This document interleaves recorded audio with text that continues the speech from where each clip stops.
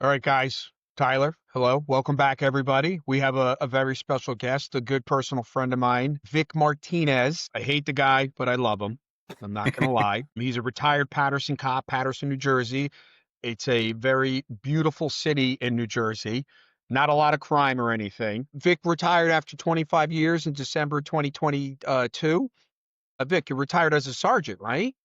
Yes, sir. Yeah, look at I that. I did. remember that. Sergeant, he was one of you were one of the founding members of the ERT team, correct?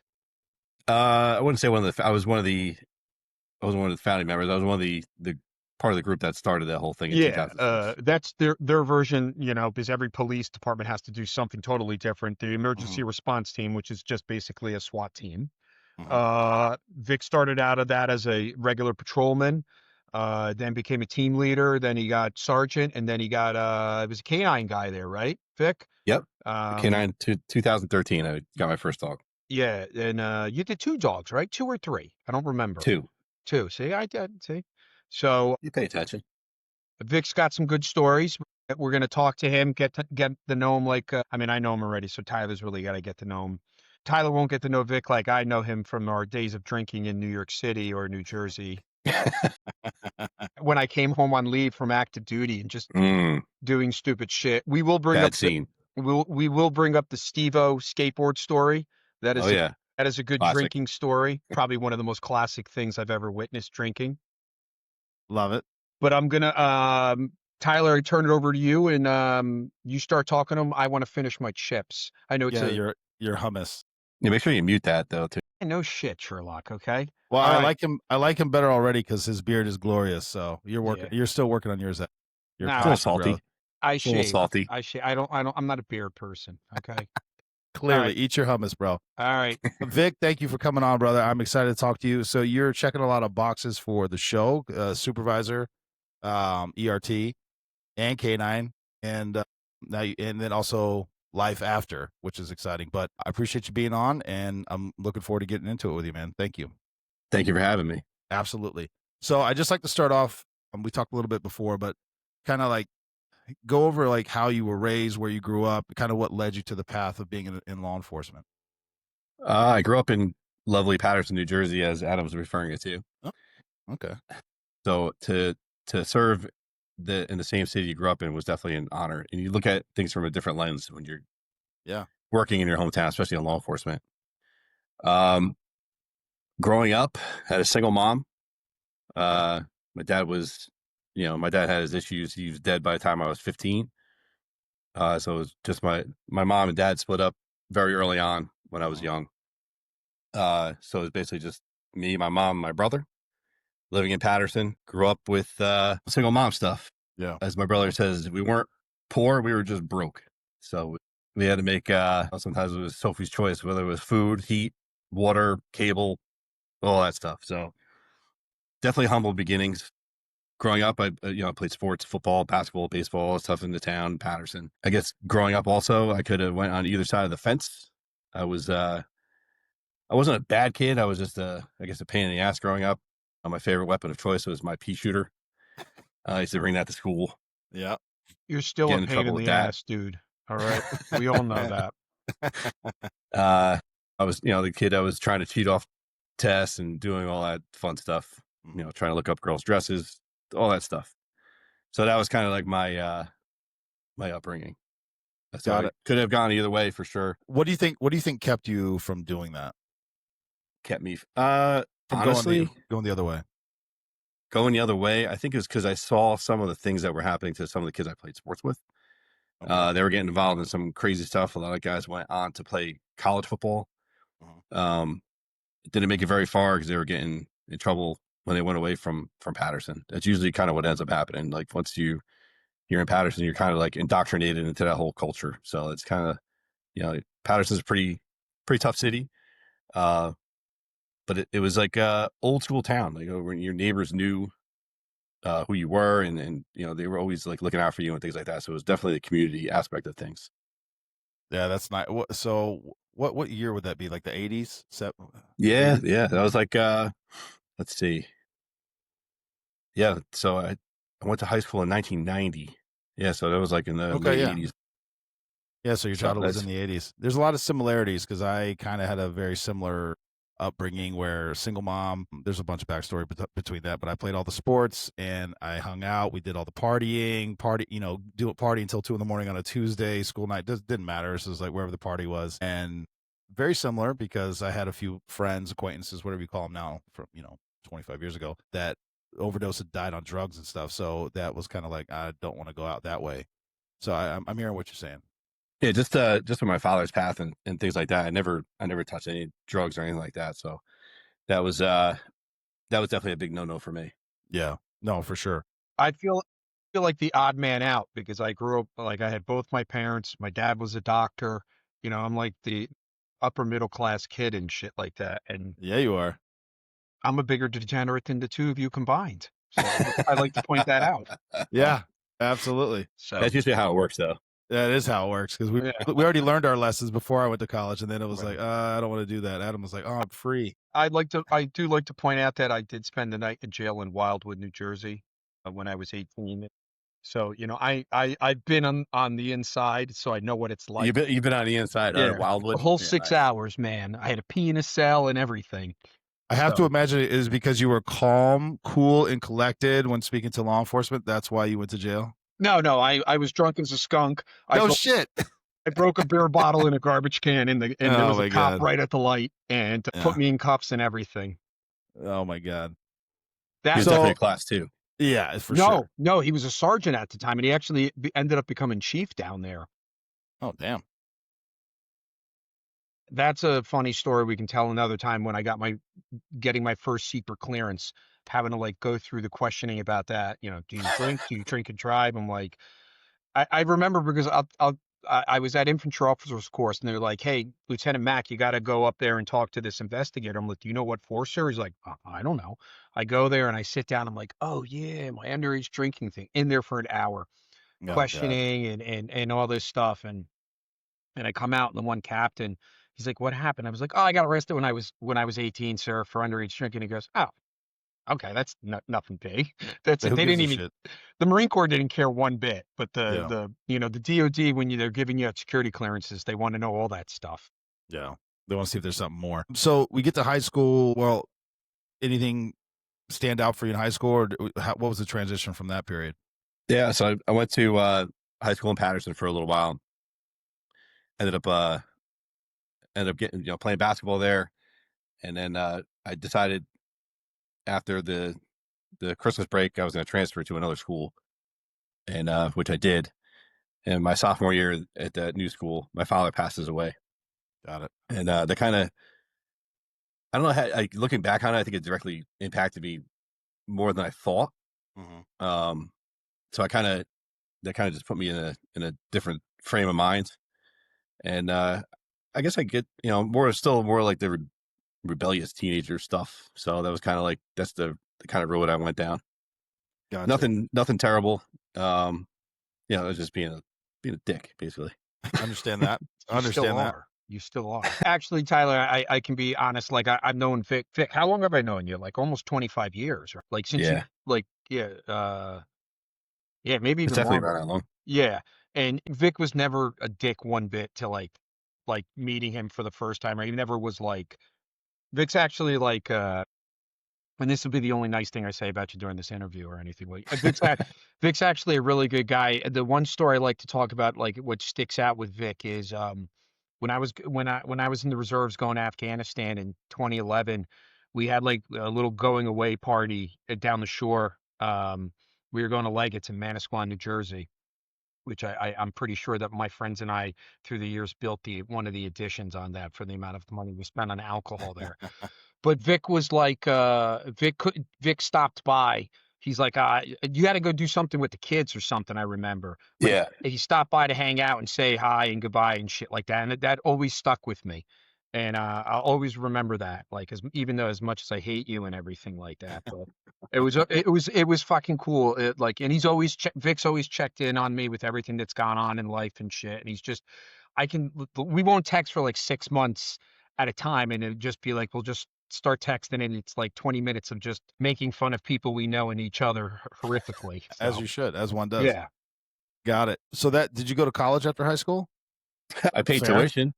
Fair. All right. So you paid the bill, but you didn't. Did you finish, or how did that go for you? No, I definitely did not finish. So Okay.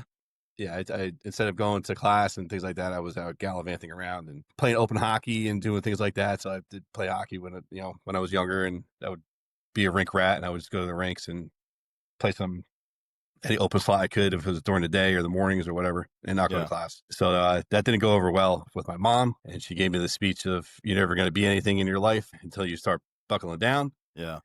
And I went to EMT school. My mom's a nurse, so Okay. she was a nurse in Paterson. Okay. So at the time, she was kind of giving me options and like the things that she thought that I'd be good with. Yeah. And one of them was coming in EMT, which I did. And I actually got hired for the city of Paterson on their EMS division, which is through the fire department. I think more of the reason why I did not want to go down the path that I did, because it was basically the same path as my father was on. Mm. And I was like, man, Yeah. I'm either going to go down this path and end up just like him, Mm-hmm. or do I go down this path and kind of right the wrongs that he did? Yeah. So it was kind of like a 50-50 thing for me. So I think maybe it was just a blessing in disguise of doing the path that I went down.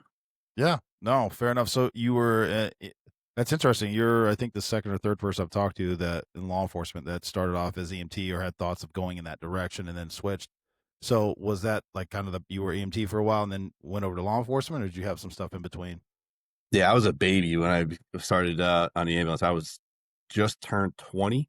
Jeez. Yeah. And, you got some. Seeing some shit at 20 years old. Yeah. Yeah. So we were busy, That, we're a busy division. that's before they merged the EMT became like everybody on the rig was a firefighter because Yes. yeah, Yeah. Yeah. Paterson So that was, changed. because that was like the early 2000s when they changed that. So it was still like a civilian EMS, but it was paid fire. Mm. And there was two separate entities. So all the supervisors for EMS were civilians, and they had a captain who was, I guess, like an overall command, because he was part of the fire department. So we fell under them. So we ran out of the firehouses. Well, that's So kind of me cool. as Though. a Brotherhood type deal going on. they're definitely different than police officers. That's for sure. Yeah, the house is like house.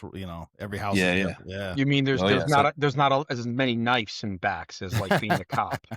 that's very true. Yeah, Yeah, for I sure. hate to I don't know say it. about nowadays, but back then, I mean, I had some guys when I started on the ambulance that they were in Vietnam. They were like just KG veterans, and they basically. I grew up very fast, Mhm. and I grew up even faster when I was talking to those guys. Yeah, They basically told me, keep your mouth shut, keep your eyes and ears open, and you just listen and look and make sure they told me how to be a man basically at a young age.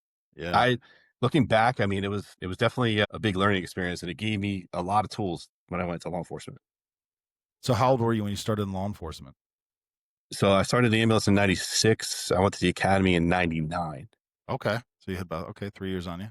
Yeah. So I mean, as far as like working in the city and like knowing the layout of the streets and Yeah, kind of how the inner workings worked, as far as being in public service, yeah. it uh, definitely helped when I became a cop. Was there like a point or something that I don't know triggered that change for you to instead of you're with all the firemen? To me, that would just make sense. Hey, I'm going to be a fireman. Is there something that said, nah, I don't want to do that. I want to do this. Well, a funny story was when I had just graduated high school, and my mom was, like I said, my mom was a nurse, Yeah. but she was in charge of the training division of the hospital. So she basically taught ACLS and PALS and all stuff like that for the entire hospital, as well as the fire department. Like they would do their basic life support stuff, and they would bring all the tests in, and she would have to certify and give the cards and do all that stuff. So one of the chiefs, who I actually know, comes up to her and says, "Hey, your son's graduating high school." And she's like, "Yeah." She's like, "You still live in town?" She's like, "Yeah." She's like, "Well, we're hiring, and we're hiring big." That's when they had a big buyout for their pensions. Mm. So they bought out.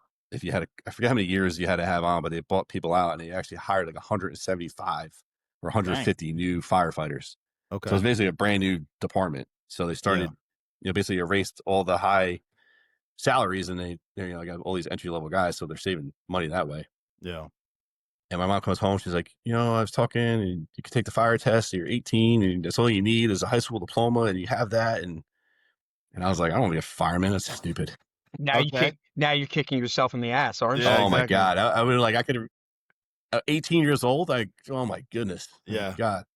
At 25 years and doing, being 18, that's crazy. That's Yeah. I know crazy. you'd be on a second career now. Like you'd be like halfway through your second career almost. Oh yeah, definitely. So Yeah. you're looking back, I mean, maybe that wasn't just the path for me. Yeah, fair enough. So I think we're getting to, Tyler, is the like, how did I become a cop? Yeah, like what triggered that desire or whatever it ended up being for you? Because I mean, you worked did with it for 20 years, so obviously you enjoyed it. But what was the Yes. motivator to get you into it? There was no motivation. There was Fair. a bunch of guys I mean, worked with on the ambulance. I was 20 years old. Yeah, The guys were telling me to take the police test, and I was like, I have no idea how to even go. Like, what do I have to do? They're like, well, we're taking it, and you should take it. I'm like, well, like I said, I have no idea what we're talking about. I don't even know where to begin. yeah. So like, you got to go to the library. Remember those libraries? Yeah. You had to get the civil service card, and you had to fill it out and then submit it to civil service so you're eligible for the test. Oh my gosh. Okay. But You you had had to to send pay. a Remember, you had to pay by county. Like, didn't Yep. you have to pay per count, or what you wanted to Yeah, be when you check certified for? when you check the boxes, you had to pay for how many boxes you checked or whatever. So I ended up doing that, and I submitted the thing, and then next thing you know, I get a letter in the mail saying that I'm going to take the test on whatever date. Hmm. I'm like, oh boy. So I was like, I'm not really good at taking tests. So I kind of went to one of those study groups, got a little study guide. And 1997, I got my certification letter, and I was going to police academy.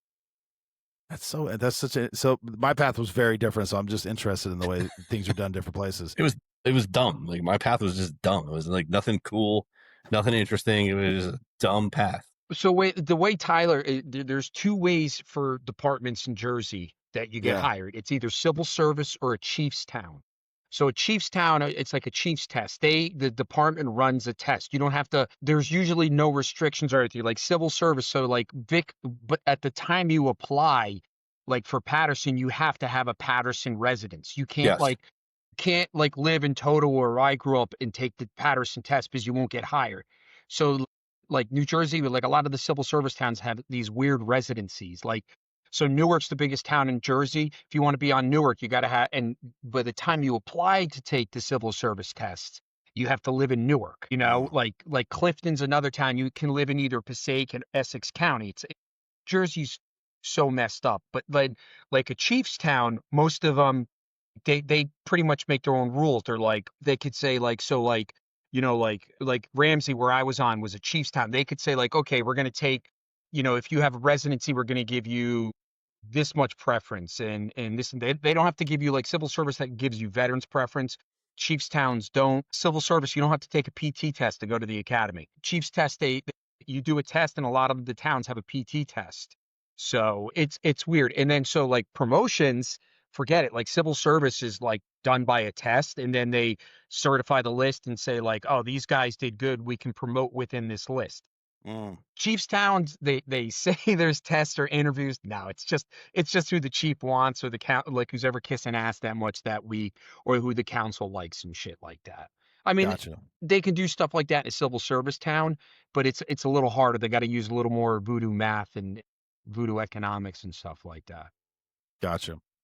So you get in, you go. What was the academy like for you? So Paterson had their own academy, so it was like Paterson rules. Okay. It was I mean, I'll keep this story short. There was well, we got first, they call us in, they tell us that we're getting hired, and then we're going through the process, buying all the stuff that we need and getting the list done and doing all the stuff. Then they tell us the academy is postponed indefinitely with no like clear start date at all. Yeah. And this is like I said, like 1997, I got the letter in the mail. 1998 goes by. We're going through all this stuff, and we're still waiting. Now they call us in. They're like, well, we don't know when this is happening, so don't quit your jobs or anything like that. Yeah. So I'm already on the ambulance. I wrote a letter. It was like an official report. It was called a 218. It was like our official report. So I wrote the official report saying that this will be my last week. I'm going to the police academy as of such a date. Yeah. And I put it in the mailbox after the supervisor left, and I left it sticking out just a little bit. So if there was any kind of nonsense going on where they were going to, postpone it again when they called us all in, I could just go back to headquarters and pull the thing out of the Smart. the mailbox. Yeah, that's from the old fireman teaching me how to be crafty. There you go. There you go. So I wrote this letter. They call us in. They say that we don't know when we're starting. Yeah. And I just pulled the thing out, and I was like, I never even, put my 2 weeks in or anything like that. So I just kept my shifts and everything else like it was normal. Nice. So eventually, January. Yeah. What was that? I was going to say, how far after that, Vic, did they start the academy? Yeah. So January 1999 is when we actually started. Okay. Jeez. But prior to that, we would meet. There was 63 of us. They're all Paterson. 63 cops that were going in the academy, and I'd say for like 6 months prior, we met at Eastside Park for PT. Good. I love that. So we PT'd all the time. We had one of the guys from Paterson. He would kind of lead the. But then once all that stuff happened, they're like, well, listen, we don't know when this is happening. Like, I'm not really supposed to be here and things like that. So we just kept doing it on our own. Yeah. And it was like months when we kept doing it. And then after PT, what do you go do when you're 20 something years old? Go play. Go play. Yeah. So that's what we did. So that whole time, it kind of brought us together like even closer. So by the time the academy rolled around, like forget it, like PT stuff, like you ain't breaking us. Yeah. All that stuff was like, I'd say like 4 weeks in, we were already going out after, the academy and things like that. So we were already, You already got it. yeah, we already got it. So we were probably the biggest degenerate class that the department's ever had, but fun though. It had to be fun. And that camaraderie, yeah. I mean, that's great. Instead of having to do it on the fly, that's actually that's a good concept. Anyway. So we were pretty tight as going in, and we were definitely ready for the PT aspect of it. Oh, that's awesome. So then you get cut loose, or you're on the road. You still, I mean, to me, I started when I was 28, so I was a little older, but whatever. It's like thinking back now, it's like, God, there's so much I didn't know. I had no fucking clue what I was getting into, and you're even younger, and now you're on the road, and you're in. And let me back up a little bit, because I was a military brat, so I moved around all the time. So I didn't have like a hometown I could grow up in and be a cop in. That idea is interesting to me. What was that like for you? Because you knew the area, you knew a lot of the people you were probably dealing with. I did. I remember one of the first days, like after the academy, I go on patrol, and I get a wanted flyer, and it was for a kid I played football with. Oh wow! It was a bolo for an armed robbery, and I actually knew the kid. I was like, this is crazy. So I know that guy. Yeah, I know that guy. But it was I mean, working for the city you grew up in is definitely it's definitely an honor. And you look at the caretaking aspect is way bigger. I guess it's on a bigger scale because like you live there, you grew up there, and it's like you're kind of giving it back to the community. And it's I mean, I wouldn't change a thing, to be honest with you. Yeah, no, so BJ, the other guy, my buddy who's on here a lot as well, he's similar. He grew up in the same area where he still works. And I remember we were cut loose and we had an armed robbery, and we're interviewing people. We're doing our thing, and we're right in the middle of it. And somebody's like, "Yo, BJ, what's up, man?" He's like, "No." He's like, "Hey, no." We're doing our job, but no. So how you guys long were didn't you guys didn't have Bergen County problems I had like Mrs. Smith was complaining about Mr. Jones' leaves on her front lawn and stuff like that. That's no, that's real. No, crime. They would just no. That's real crime. They would set those leaves on fire. Yeah. No. Bergen County residents, Vic, come on, you know that they're paying all those taxes. They want their cops, their hired thugs to go take care of everything for them. That's WPP, man. That's white people problems. Yeah. Well, one of the other podcasts we had when we were, I think when we were doing 56th in Tyler with BJ. Yeah. And I said the biggest bane of my existence as a cop is suburban white women. and my buddy who is a buddy from the Marine Corps, Japanese guy, cop out in San Jose, great dude. We deployed together. Texts me the next day. He was cracking up. He goes, "Oh, that's every civil servant's bane of existence." It truly is. Yeah, let me tell you, when I went from Hillsborough to Maine to be a trooper, Hillsborough, I was stabbing, I was shooting. There was a shooting somewhere in the county every night, a stabbing, something like that. Burglaries, domestics, like brutal. I mean, just run the gambit. There wasn't really that many like stupid, whatever, inane calls. And then I go to be a trooper in Maine, which fucking loved it. It was amazing. I loved the training, and I worked some really good cases. But I will say, a lot of the calls were like holding for 8-9 hours, and it was neighbor saying his strawberries are growing on his side of the lawn or some shit. And I was like, I remember one of those I got, because I dealt with it so many times. I got out, I don't even know what I said. It was like a what was that movie, Old School or whatever, where he just blacks out. But I've verbally assaulted these two old men about their wasting my fucking time. When Will Ferrell's like debating, he's like, what did I say? I don't even know what I said. Their faces got white, and I was angry, and I just got back in my car, and they never called again. But I was like, this is the stupidest fucking shit. That would never fly nowadays in 2025 police world. Yeah. Sorry. So correct me if I'm wrong, Vic. Paterson's what, like 7 square miles or something? It's actually you're close. It's actually 8 square miles. It's there's I think it's bigger than Rhode Island. Probably. I think Rhode Island's like 7 square miles. Vic, what's the population? Like 110 or 150,000? No, I think it's more than that. I think it was like 250,000. Oh, really? Yeah. But then they have like then they did something like how many transients, like, you know, people come in like during the regular business hours. It's like through the roof. So no, but like Paterson's a super busy town, Tyler. They're like when Vic first started, there was 2 hospitals there. There was St. Joe's, which is like a big trauma center for the area. That's where my mom was. Yeah, that's where my dad worked out of there. So it's a really good hospital. But people are like, "You're going to St. Joe's? It's in Paterson." Oh my God! I'm like, give me a break, dude. It's right there. It's right by the hitching post. It's not a bad area. Yeah. That's a local strip club right there on the border of Paterson and Clifton. Never been there. I just heard that's what it's called. Sure. What was the other one, Vic? Then you got Barnard Hospital. Yeah, but that closed down, right? Or is it still there? I think it's still there. I don't know, but like, you know, so it was a bit. It's a condensed town, Tyler, but it's like, you know, and there's a big transient population. You get a lot of Vic. That's what I want to ask you. Like the demographics when you grew up there to when you started being a cop, when you left. Like back then, it was like, I think when you grew up, it was predominantly what, Italian, Hispanic, and Black, right? That was the 3. Yeah, that was like the 3. Yeah, major groups. Like a lot of Italians, you know, old school Italians. You know, gardens in the backyard, the whole shebang. A lot of concrete.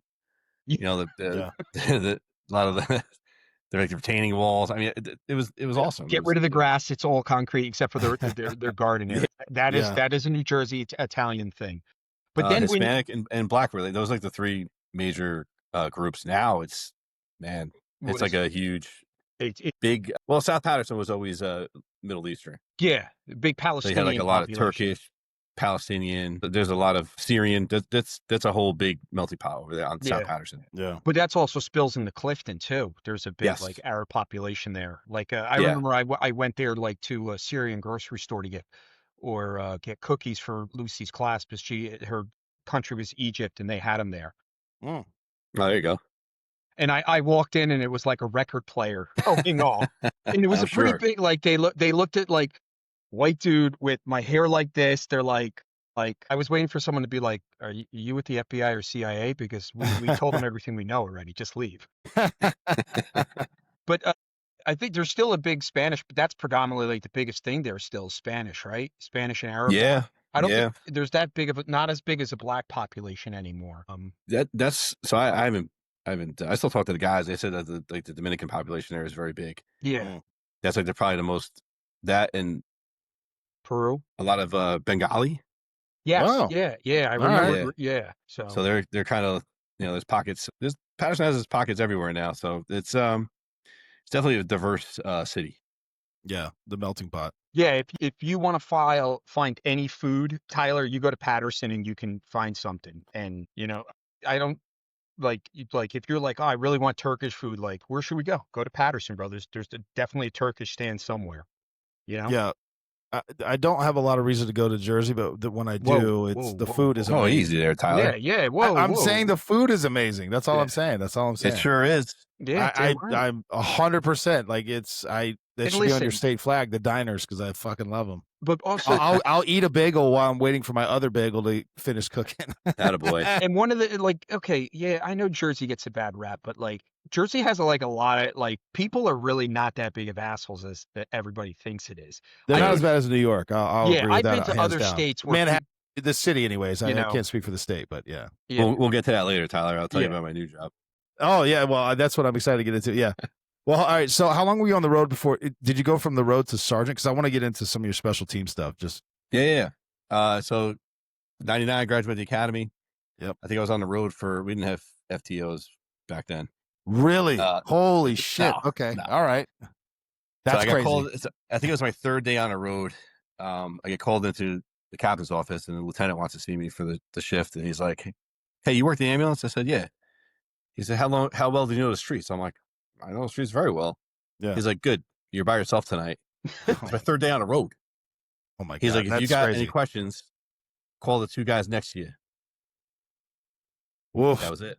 That's there I was. wild. That's 3 days on the road. Yeah, do they yeah, still yeah. have? Do they have field training now, Tyler? Or you don't know? I mean, Vic. Yeah, they do now. Yes, Yeah. they have. Yes. Yeah, Yeah, that's thank like God. I'm like It's because not- I know NYPD too back in the day like used to be like they would just put you out like and that's it. And then It's definitely trial by fire. That's for sure. yeah, but I Yeah. know LAPD's like 8 or 9 months field training. Yeah. I For sure. remember one of the guys telling me his buddy was when I was at DS, one of my buddies was a San Diego cop and he was a former Marine too. And he was telling me like his buddy when he went to LAPD, he gets there and he's in long sleeves with the tie on. He's got his quarter frame shoes on. He gets there like first or second day of FTO and he gets with his FTO officer and he has shorts. The FTO short sleeve officer is like, "Hi." He goes, and the guy's like, "Shut the fuck up. You don't talk unless I talk to you. Just fucking listen and learn." He goes, "You see what I'm wearing?" "Yes, sir." He goes, "Well, you're not wearing it until I tell you you can wear it. So what you're wearing now is what you come in every day in." And he had, like for like months, he had to come in with the core frame until they were like, Ugh. "Okay, you can come in with short sleeves and do normal." Like buddies I talked to that like had new LAPD buddies, like they like other towns get written up for like trying to pick up chicks on duty. You get written up in LA for like you go to an alarm call and you use wrong tactics to clear a building and shit like that. They're like, Yeah, they're very big on tactics over there. yeah, For sure. We train with some of those guys. yeah, because some of the like most of their dudes within the first 6 months, there's like a percentage of each academy that they get to a shooting, like Oh yeah, that's if not wild. multiple shootings. Yeah. No, that's So- for yeah. No, for sure. So you get cut loose, but like how long were you on the road before you got promoted? Like what was the turnaround? All right. So here I am on patrol. That was what 99. I graduated. Yeah, graduated 99, and I was on the road until 2000 on patrol. All right. And I didn't really want to go any other spot until I got word that this was the emergency response team. They were reforming it. It was going to be revamped and redone. And once I heard who the boss was, who the team commander was going to be, it was a no brainer. I jumped all over it. And Adam has known my team commander since he was a youngster, and I would go through a burning building for that man. I would do anything for him. Now, Makes a is huge this the guy difference. we make fun of all the time, or No, I know who you're talking about. DB. Yeah. Yeah. So Tyler, like I knew who the team commander was. Like he used to own a gym in the early 90s and we used to go down there and he's not a man of many words, bro. Don't have to and- be all the time. If he liked you, Yeah. you may or may have not known, but like if he liked you, you were like taken care of. And Got like he was a good guy. He really was an awesome guy, man. He's like, again, guy of not many words, and Vic knows him a lot better than I do. And he literally put a solid team together, bro. Like, I mean, Yeah. like talking about LAPD, I mean, you had like former LAPD SWAT guys come out and run training Yes. for you guys, right? Yeah. Yes, the Yeah, that's LAPD they did our HRT stuff and our K9 stuff.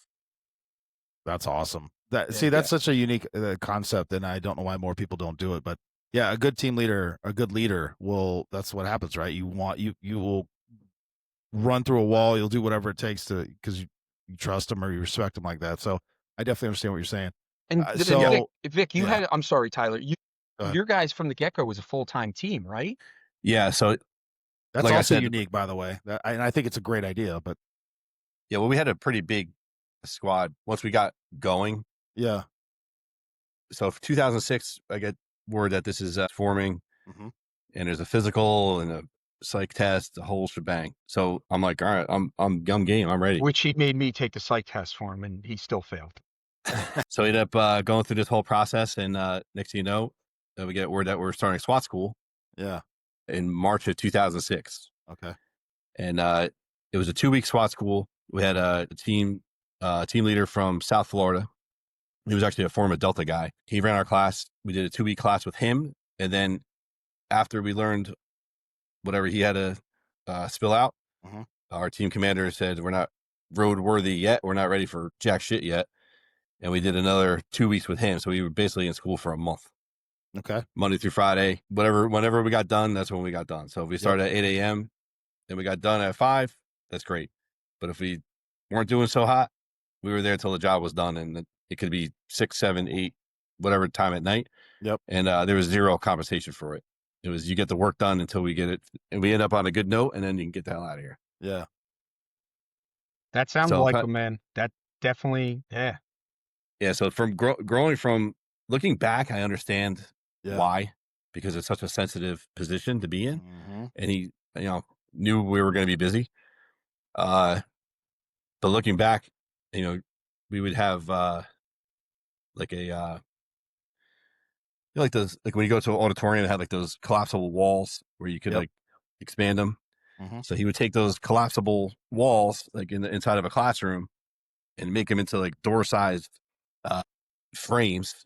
He would make 3 of them in this big long wall, and we would just cross in button hook until the cows came home. Yeah. It was holster, unholster, quietly, footwork, just over and over, opposite side of the door, left to right, right to left, whatever, you name it. And we did that for, I'd say 7, 8 hours a day, Yeah. just thousands and thousands of reps. Like understanding, like looking back, I'm like, what the hell why are we doing this? This is Yeah. over and over again. And it was like he was just getting the foundations, just building and building and building until we got, we were a pretty busy team. And looking back, I'm like, man, if we didn't do all that stuff, we would have never been what we were. Yeah. Now, the few Delta guys that I've ever had the opportunity to work with, they're very impressive, the way they shoot, the way they move, all that. And he's like, yeah, we shoot like 10,000 rounds a week every week. Yeah. Do you know how exhausting that is? Yeah. When you think about it, you're like, oh yeah. And also, I mean, you have to really love it and understand what's happening, because that shit is boring. I think we shot like 1,000 rounds in one day, and I was like, Jesus, I was like, I need a Band-Aid for my shooting finger. For a municipal police department SWAT team, I mean, we definitely shot a lot. Yeah. We shot a lot. Yeah. We had to beg, borrow, and steal for any range we can get, but we shot a lot. When I was at state, there was 2 guys that were former Delta guys. One guy was a former sergeant major, and I think the one other guy was a former master sergeant. Great guys. The sergeant major was a lunatic, like nicest dude in the world, but like talk to him like in the third person. Like, remember Seinfeld? Jimmy's been checking you out. The way he used to, he's like, Mr. So-and-so is going to train you on this today. But the other guy, who was an awesome dude, he never we knew he was in Delta. He was a former Ranger, went to Delta. He never said like, oh yeah, I'm in Delta, but like, you knew. And he was telling me when he when they did operator training course, OTC, the course that they all go through for shooting, like to get certified in Delta. He said the first month they didn't shoot anything. They dry fired 8 hours a day. 8 hours a day dry firing. He said the first Same time. shift. Yeah, but people just say that, but like to do it, it's exhausting, and it's It is boring. It's mind numbing, but if you can buy into it and you get it, it just becomes second nature to And you. he said when they, I think I told the story when we had Sergeant Major Devaney on, Tyler. I think I remember. Yeah. When they gave him rounds, Vic, they shot, and I don't remember if it was like 5 or 10 rounds, and they're all like, "What the fuck, dude? Why'd you waste our time with all this dry fire? We should have been shooting." To like go down and check your targets. Like everybody was like that, bro. Like 10 rounds in a quarter. But we had guys served in the Marine Corps with Sergeant Major Devaney, absolute warrior and stud, awesome guy. Scout, did 30 years in, was scout sniper and everything like that. But he talked about like when he would take like the regular companies and the infantry units and train them up in shooting, or even when he was a sergeant major of like the air wing, he would take them and he said he would start them out for like 2, 3 days, dry firing, hours on end, hands all bleeding and stuff like that. Marines bitched and moaned about it every time, but they're like, oh, wait. Sergeant Major Devaney's going to train us. Okay, I don't care if I have to eat shit. I'll do it. I know I'm getting good training. No, for sure. So I was in the same position. Yeah, it just reminded me like you're button hooking for hours, and I mean, it's easy to sit here and talk about it, and you can look back on it and laugh, whatever. But I'm sure while you're going through, you're like, what the fuck? But it all ties in. But even like your draw stroke, your weapons handling, draw stroke. The worst thing that this man ever got in his hand was a camera phone, because he would just video and he would. Oh my god! Yeah. You want to talk about being under the gun? Yeah, for sure. And he would just shred you. But I mean, it was the same as Sergeant Major Devaney, because I know the guy he's talking about. If he liked you, he was just trying to make everybody better. That's right, right, Vic? That's all it was. No, that's awesome. What was the decision to make it full time, as opposed, because every agency I worked for, they were, they'd get called and have to either dress out, or they always had to carry all their shit in the trunk or whatever. Like, was it right off the rip you guys are full time? You knew you were going to be that busy, or? Yeah, so right off the rip, I think we had 27 guys. Yeah, that's big. And then we went up to almost, I want to say, I think we were 30 or just over 30. We had 8 dogs at one point. I mean, we had armored vehicle, you name it. I mean, we had it. Cars on the road 24 hours a day. Guys had their gear. We had full locker set. I mean, we had our own office. You guys did a lot for the narcotics squad, right? That's one of the that was the most of the bulk of the jobs were all narcotics. Yeah, the bread and butter. So yeah, and again, I'm excited to have you on. You're the first one, but you don't learn how to drive an armored car or tactics, all that, when you get your driver's license. There's like you have. It just takes, and some, even with all the training. I mean, you tell me, even with all the training, until you're doing it live, you don't know how it's you don't really know how. Before that thing even hit the road, Tyler, there was the amount of man hours that were with that armored vehicle. Once we got that thing, we had a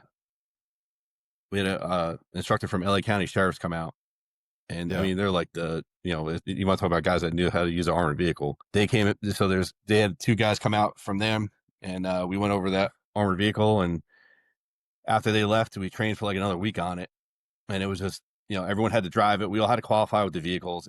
Everything was done, like looking back, everything was done for a reason, and everything was done for legitimate purposes. Like everyone was, we all had to, know how to drive these things and operate them. You got to get some WD-40 for that door. I do. Yeah, your door. Well, so let me ask you this: was everybody cross trained? Like, was everybody skilled at all the aspects of the job? Or sorry, so there was because we were, 30 guys. Looking at it from a PD standpoint, is a decent amount of guys. Yeah. We had at one point we had a 500-man department, so 30 guys out of 500 was pretty decent. Yeah. For a full-time SWAT, for sure. Yeah. And there was most of the guys on the team, there was always a collateral duty. Whether it was, towards the end, there was a robot and drone. So there's like guys that operated those, K9 handlers, breachers, snipers. Trying to think what else there was. You had your firearms instructors. There was a bunch of those. Yeah. Rifle instructors, rifle armors, handgun armors. So everyone had their collateral duty. Yeah. I had a bunch of different hats. Did they have to do stuff for the whole department too, or were they just for ERT? The instructors and the armors and stuff like that, they did stuff for the entire department too. Okay. And then the range master worked out of our office. Okay. So he didn't qualify the whole department and things like that, but he worked out of our office. Because you guys still had the range in the basement there, right? After, which it was Irene, I think, did that one in. Okay, yeah, I remember. Oh, wow. Hurricane Irene. Is the headquarters still sinking there in town? Yeah, the headquarters might be only like 2 floors now. It's definitely sinking. Still going down. So let me get this straight. Your ERT during this time period. Oh, dude, 2006 was, well, first of all, 1999 was a crazy year. I got went to the academy. I got married in March, and I had a kid in July. Oof. So you want to talk about 3 life-altering experiences All at one time. Yeah. all at one time. And in 2006, I go to the ERT. I get divorced Okay. and then get promoted to sergeant in December of 2006. Damn. Okay. All right. Okay. That's a lot. So when did the K9 come in? I'm just trying to tie it all in. Okay. So I get promoted to sergeant in 2006. I become a team leader in 2008. Okay. 2010, I get demoted. There was 150 layoffs and 65 were demoted. Like a budget thing, or was it? Yeah. Okay. Yeah. All right. They took, they clipped the police department, but the fire department promoted and hired. That's usually Go how it goes, figure. but we'll continue. Yeah. Yep. That's usually how it And goes. then 2013, well, I got demoted for 18 months. I got re-promoted. Okay. And then in 2013, there's an opportunity to go to K9. And that's when I got my first dog, was November 2013. Now, were you still ERT during all this time? Yeah, ERT and K9 that was one umbrella. Oh, that's so. Again, I'm just trying to explain because people who are in law enforcement, that's crazy. Those are usually completely separate things that you're talking about. I'll tell you. I'll explain why. Go ahead. So we had a bunch of dogs. We had 4 dogs beforehand. 2013, they asked for more handlers because now K9, we need dogs that can work in and around a tactical unit. Yep. So the dogs that we're getting, they're a little more social, and we trained with LAPD. Okay. With their head trainer. He comes out to Jersey, trains us, and we get dogs certified through LAPD. And now these dogs are rocking and rolling, working in tactical environments. So it's a little bit different. We use our dogs a lot for narcotic stuff, but then when it comes to doing canine searches, open air or close quarters, they got to be able to work in and around a team, and that's what these dogs were. So to have like a bunch of guys that were used to being around a dog, that's that makes it a lot easier because now you're not having just regular patrolmen come in or a little gun shy with dogs because they get brushed up on you and things like that, and having guys that are used to being around the dogs, it's a little more, it's a lot less stress for the handler too. Were they bite dogs, Vic, too, or not? Yeah. Really? I was about to say, were they like dual purpose? Dual purpose, yeah. Okay. But they were more like they were friendlier to people than normal working dogs, right? I don't want to say friendlier to people. They were they knew that they knew the game. Yeah. They knew that once they knew their function. But that's, again, you're talking about training and drilling and doing this. Yeah. You're talking about collateral duties. Like this K9 was every day. It's like every day you go to work, you're doing something. Yeah. Whether it's an article search or you go find an abandoned house and you're doing, movements with the dog. You can't deploy a robot and then expect your dog to work around a robot without training that first. Yeah, for sure. And drones and things like that. These dogs were dialed they were able to work through that stuff. Flashbangs, shooting. We brought them out to the range. What kind of dogs did you guys use?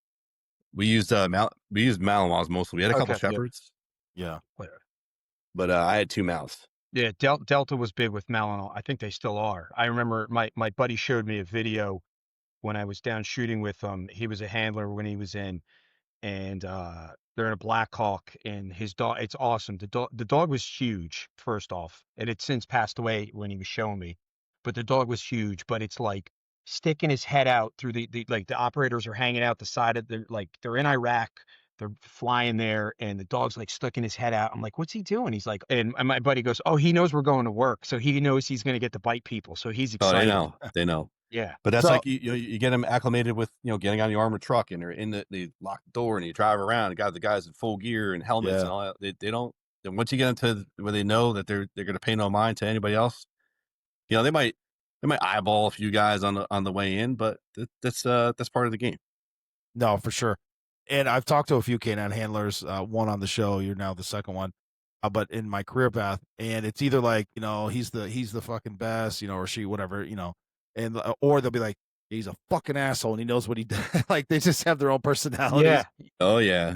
Especially when it's time to work, that's if you watch if you grab a dog by the harness and he's ready to go, he might turn around on you, but he's not trying to hurt you. He's just trying to say, let me go. Like I got work to do here. Yeah, I can handle this. So you're a glutton for punishment is what it sounds like to me, because you're Yeah, just, I had a lot of hats on that team. Yeah, but for like, sure. what did I tell you, Tyler? Vic's not the smartest guy in the world. Like, I mean, But he could do it over and over again, Yeah. so that's all that matters, bro. I was also a explosives handler and the head breacher. Oh, jeez, bro. All right. But Well, you guys- could you explain the difference between those two? Since I mean, I know what that is, but for people Yeah, so listening, you had a manual, mechanical, breaching, ballistic breaching.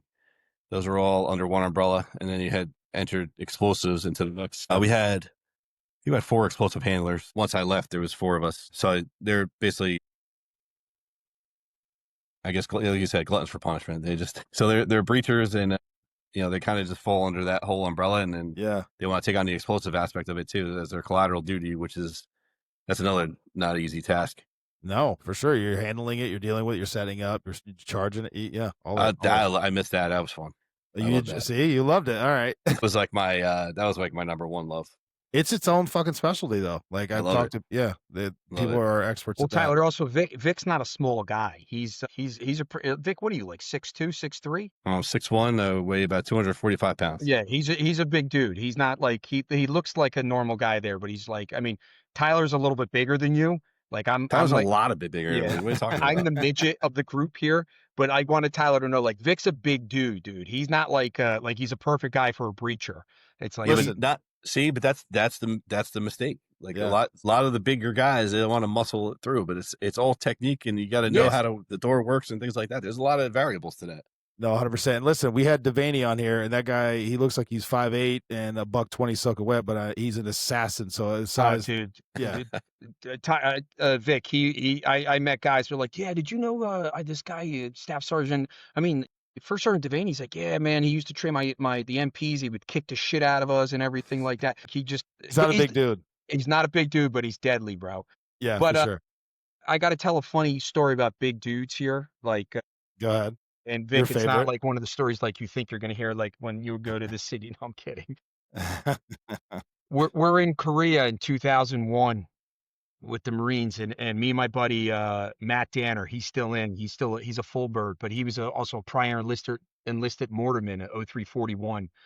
And him and I are walking on. We had to go get flags from Iraq. We're on a ROK Marine Corps base. We have to go to the ROK Marine Corps battalion to get their flags for like a ceremony that's going on later tonight. And Matt's a big dude. Matt's like 6'4". He's a little smaller than you, Tyler, but he's Tyler. Yeah. And we see these ROK Marines, like this Republic of Korea Marines, and they're doing an 81 millimeter mortar. That's, Matt's like, oh, I want to go check that out. Like, I want to see what type the Koreans use, if it's like similar. So he goes up there. It's me, Matt, and then we have this like corporal who's an American Marine, but he's of Korean descent. So he's our translator for us.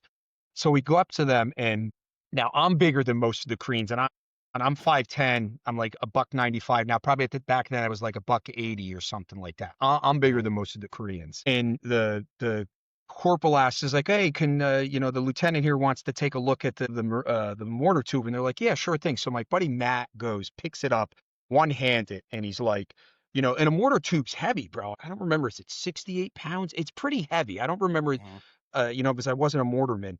And it's like, oh, he's like checking it out. It's Korean, and then all the Korean mortar team, they're all sitting there. They're all like, they're like, all talking to each other. And I go to the corporal. I'm like, are they pissed off at us or something? He goes, no, they've never seen anybody pick up a mortar tube one-handed before. And and my buddy Matt's like, oh, sorry. No, for sure. It's just funny how they because they were like sitting there just like talking to themselves. I'm like, shit, are we calling it international incident right now and shit? Yeah. So yeah, I love it. I'm sorry, just kind of getting back. So you're a sergeant, you're ERT, you're a breacher, explosive breacher, and a K9 handler. And you have a child. 2 children at that point. And so you gotten remarried? You just had whatever. I did. I got remarried 2016. Bro, 17. Are you okay that your life has it slowed down at all? I mean, my goodness. No. Oh my God. I love chaos in my life. Bro, again, I'm trying not to get into the weeds, but I understand what all those things are. Those are all like individual career paths for most law enforcement people in law enforcement. And you were doing them all at the same time. Yes. So you were never home. You were always working, and you were Correct. always getting call. Your phone was always ringing, and Yes. My wife hated it. Yes. So second wife though at this because you're She gone. yeah, but let me rephrase this. So your second wife though, you were fully in, like, I am a cop and this is what I do. So Oh, yeah, kind of yeah, had a rough idea. Well, you guys dated for a while before you got married, Vic, too, right? We did. I Yeah. think we were engaged for like, I don't know. We were together for 10 years before we even got married. Oh, yeah. Tell her I say hi. Say Adam says hi. Well, I think I know her too, Tyler. That's why. I think it might help because I've talked to guys, girls for that matter, whatever, when it's like when they have a relationship prior to getting the law enforcement, not always, but it's sometimes very rough. They're like, I didn't sign up for this, the partner, right? But go ahead. Yeah. So the team always came first. Yeah. Always. Yeah. It's just how Those it are your was. guys. Yeah. If I'm not there, something bad could happen. Team always came first. Yeah. You know, then doing my stuff with the kids, like hockey and other sports, you know, just that was secondary. And like whenever we had free time, we just made the best of it. That's kind of how my career rolled. And, you know, not taking anything away from her, she put up with it for all those years. And she knew that the team came first. Yeah. Being on date night or birthday or holiday, phone rings. Yeah. I gotta go. Yeah. A couple Tyler, she's pretty hardcore, man. that She boosted up with us and stuff. Like she's hard. Listen, I'll put it this way. Outside of being married to Vic, she tolerated me. So it's definitely a good thing. That's a whole nother full-time job. Yeah. Yes, there's a whole other full-time job. Well, Vic, I'm going to say this right now because I do really want to touch on a couple of things. I would like to have you back on because I would like to dig into kind of the aspects of those different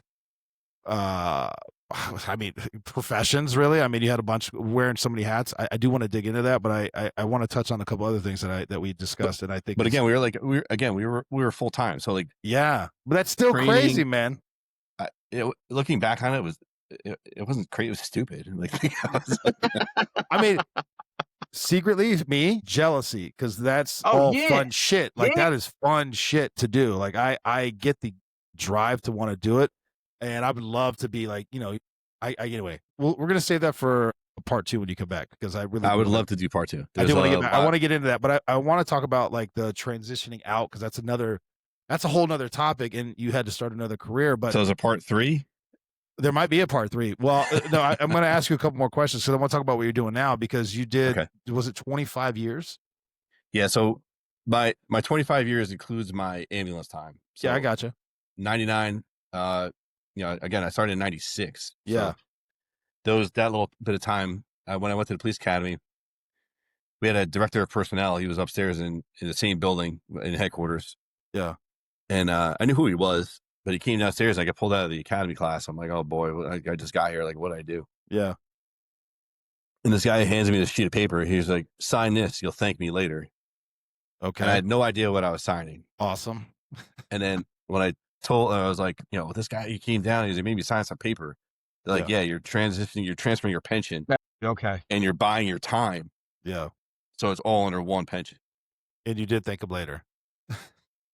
He's dead now, so I can't thank him. Oh, well, all right, fair enough. Disregard. You would have, I would assume. Fucking typical Vic right there. Yeah, he's dead right now, so. Okay, fair enough.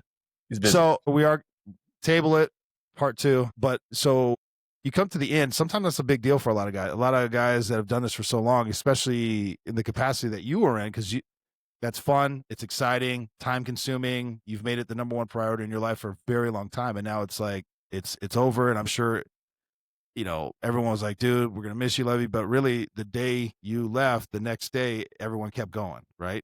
Train keeps rolling, buddy. That's how it works. We're just cogs in the machine, man. Yeah. That's it. But how did you process that? Like, yeah, how did you deal with that?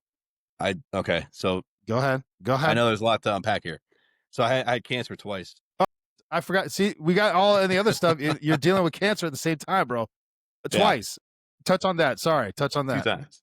Yes. God dang, bro. So 2001, 9/11 happens. I go running over there. Yeah. And I got the scars to prove it. So 2019, I had a thyroidectomy. Okay. I was out That's a pretty relatively easy cancer. It was all contained within the thyroid, so I got back to work. If you say so, I'll take your word for it. Still sounds awful. Yeah, that's the one. If you want to get one, that's the one to get. Okay. There was a guy that went out he got his knee scoped to get his knee cleaned up. Yeah. And my goal was to beat him back to work, and I did. Damn. Nice. So I was there for I was only out for maybe a month and a half, 2 months tops. Dude, that's Plus, I want to get wild. back in the game, man. I had shit piling up on my desk.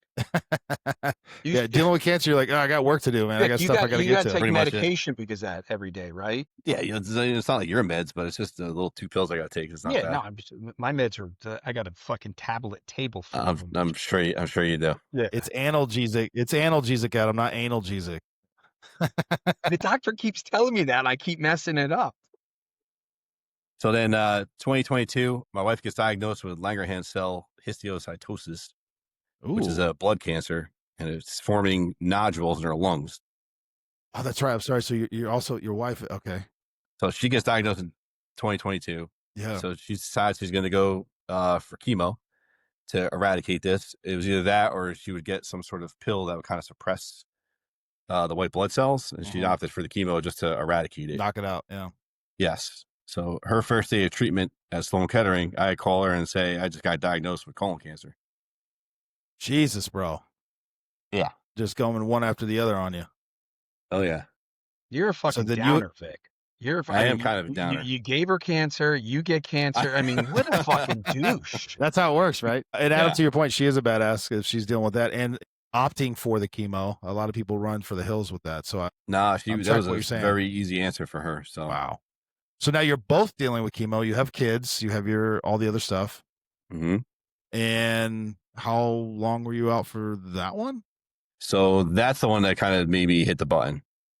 Really? I had the time. I was out sick.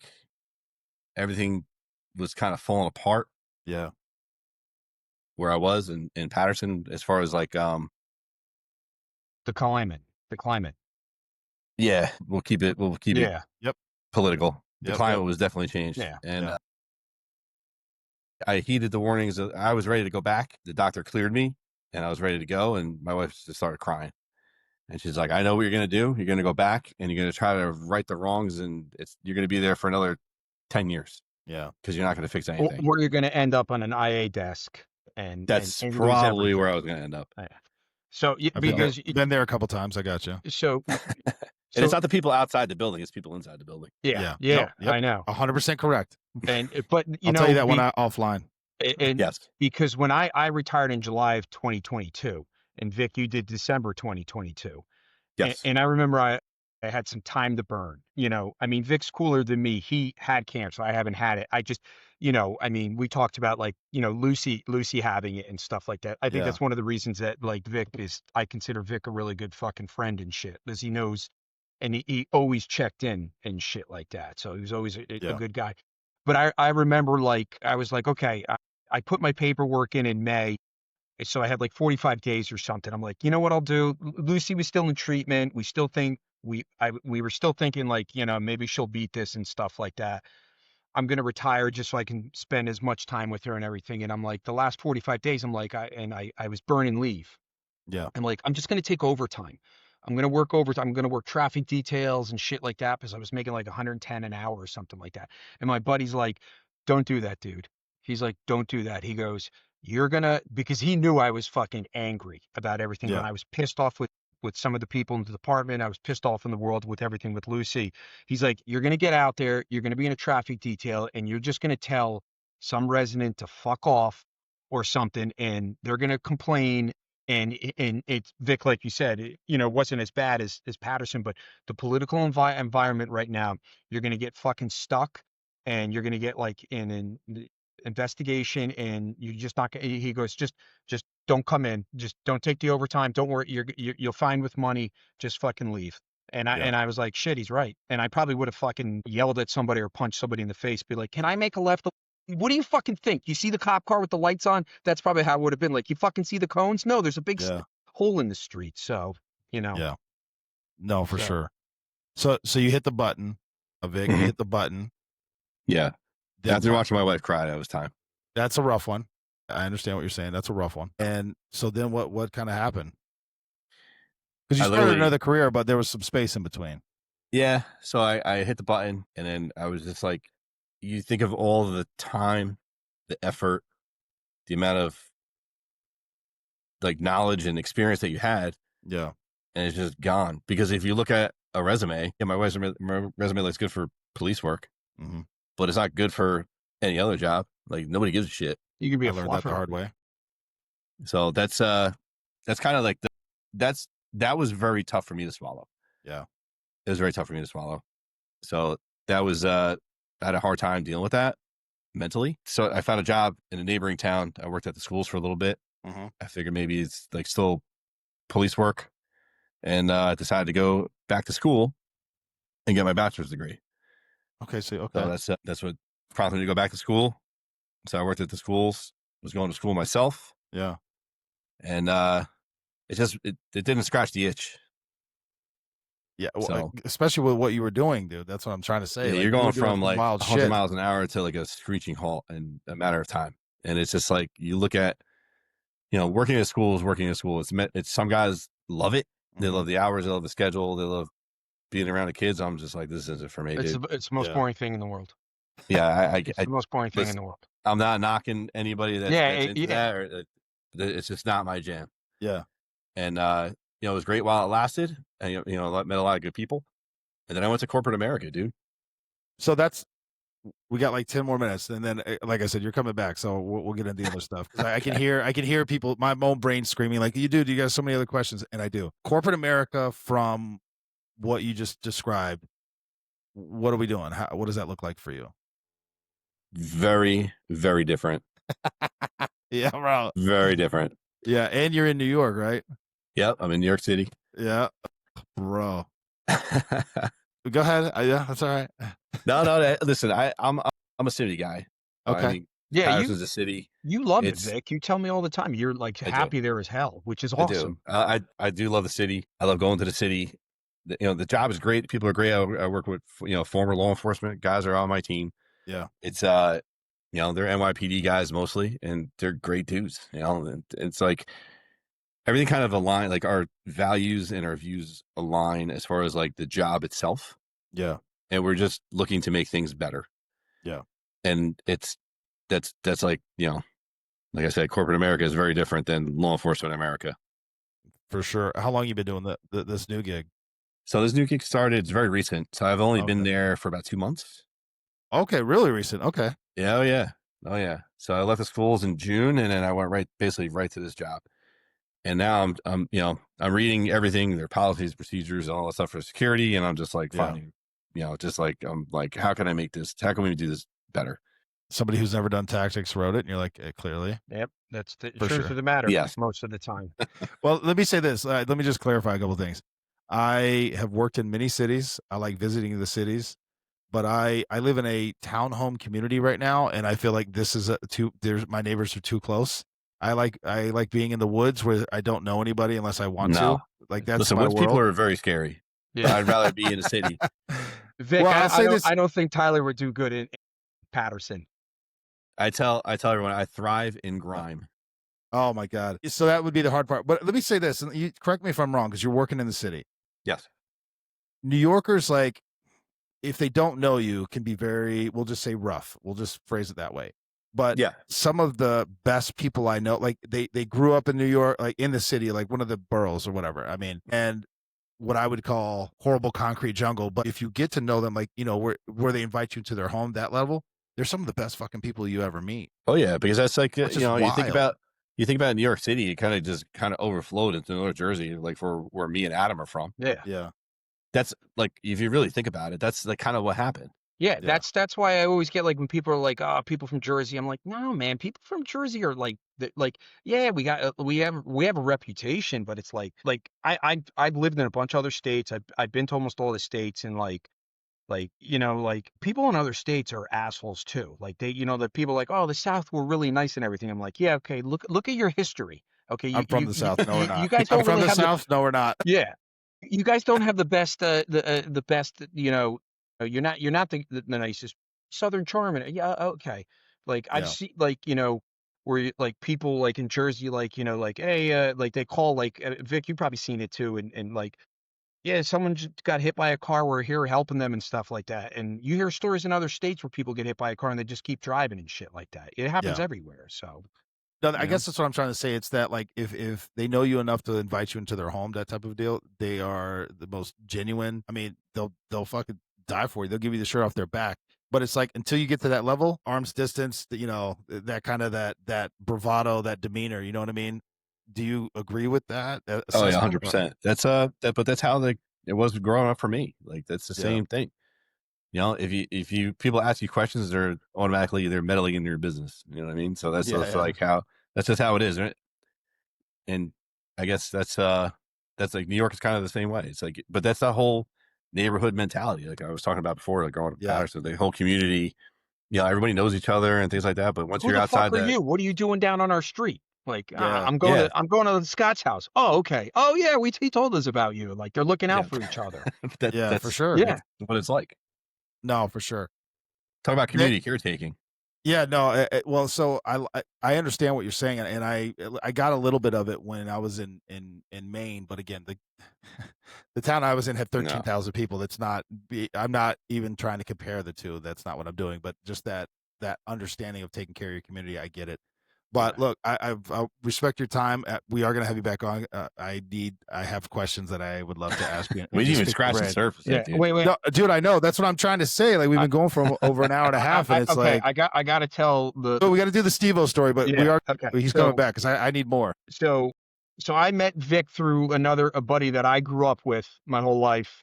That Yeah. it was on with Vic. He was on the team with him and everything like that. So I met like Vic and a bunch of other like those guys and Steve was one of them. And like I met him before. I think Vic, I met you before I went in the Marines or after. I don't even. Oh, well, yeah. Yeah. Like, I met yes. you. Yeah. So I've known you for a while. So when I was on active duty and come home on leave, like we would go boozing in the city all the time and we'd fucking go boozing everywhere. Like it was like it's just a crew of us that would go, and it was like just a fucking fun time, bro. Nobody was buses. We would get charter buses. yeah, we go into the city for New Year's. We charter like 2 buses usually. But like our buddy Steve-O is a fucking lunatic. He's the fucking Not a cop. Not a cop. Not a cop. He was a computer guy. He was a truck driver first. So he was a truck driver. Truck driver first. to computer. Yeah. Okay. All right. He was a truck driver to pay to go to computer school. Okay. Okay. And all right.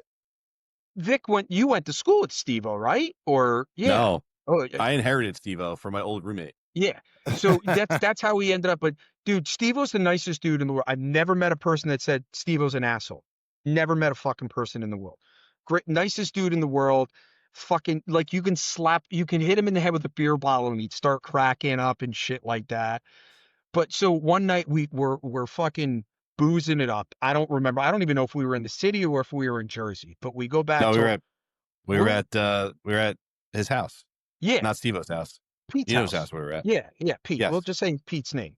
And we're at Pete's house and we're fucking annihilated. And Steve-O used to smoke at the time. Marlboro Reds. He went fucking all out. Rugged dude. And our buddy Pete lives on a fucking steep hill. Okay, like this. Steve-O's in jeans and has no shirt on. And did he have a fucking pint or a bottle? A bottle. Yeah, a bottle of beer. He has no shirt on. Pete has a skateboard at the house or something. Or I don't know if Steve-O had it. Somebody had a skateboard. Steve-O. I was a skater punk growing up. Yeah, it was yours then, right? Yeah, we got to add to the list. Yeah. And Steve-O he's just fucking talking and he's like, watch this, guys. Beer in one hand, cigarette in the other, just jeans on, no shirt. And it's like February or March or something like that. It's fucking, he goes fucking down the hill and we're all sitting there like, oh my God, he's going to die. Goes down the hill, fucking perfectly fine, comes walking back up. Hey guys, what's going on? That's like, it's a fucking Steve-O story. You just saw the glow of the cigarette going down the hill about 100 miles an hour. I'm like, into the night. That's all you saw was a little glow. I think somebody probably said, Vic, I hope you still remember how to do like road rash and everything from your EMT days and shit. The whole story was because I actually, the hill next to him on Gordon. Yeah. I did the same thing as a kid and I I wiped and I had road rash. And then I told him that story and he was like, I'm going to make it down this hill. That's how that whole thing started. Yeah. Oh my God. That he was going to stay on his board. And I bailed. Vic, you didn't go whitewater rafting with us that one time in 2012, did you? No. Oh no, I was in the raft with Steve. I was fighting demons in 2012. Oh, yeah, bro. He had a lot going on, dude. Yeah, no, I know.